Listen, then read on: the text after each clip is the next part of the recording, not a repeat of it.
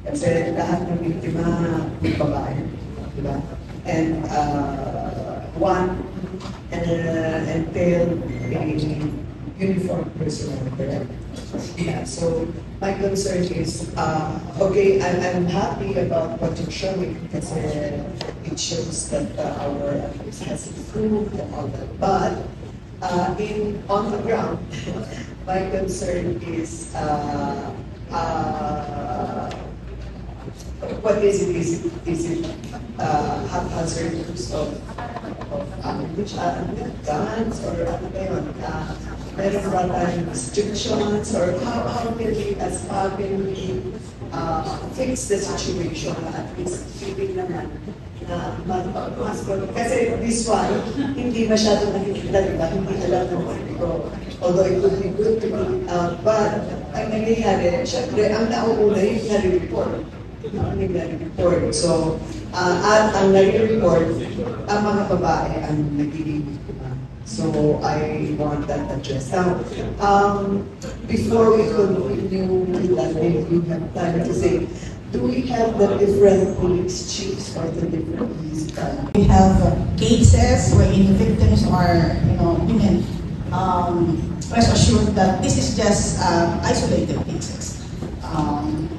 And the incidents are being addressed by the investigating units. And we can assure you that justice will be served. And in the next months, we will try to decrease incidents involving women.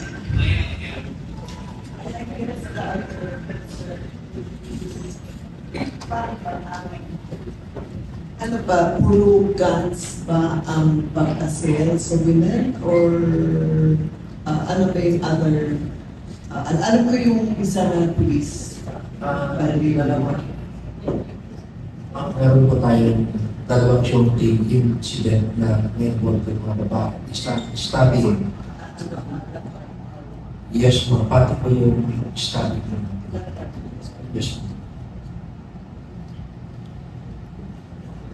So aside from that, overall from your report, it looks like we're in a safe place naman.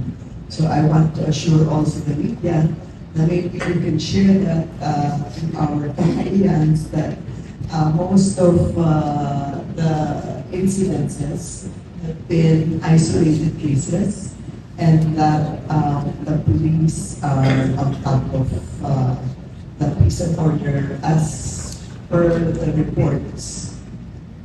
We can find out next is the next is about tomorrow kasi may Aranya. So we've also written already the Lawag mayor to inform him that we have the route and all that. So if you can help us also in monitoring and helping with the traffic, and kasi we expect quite a number of people. Kasi before, we normally have it here, around here. Syempre, this is the crowded area na. So we decided to move it further closer to Civic Mile, to the stadium, para hindi na masyadong ma-apekto ang mga commuters dito, although it's a holiday. So, but still, I don't want to have any complaints about traffic and things like that. So, we also moved it, and so we are asking you if you can help us also in the traffic management. Because do we have the route for the? Yes. For the Aranya, do you have can you get a copy for them at least not makita nyo?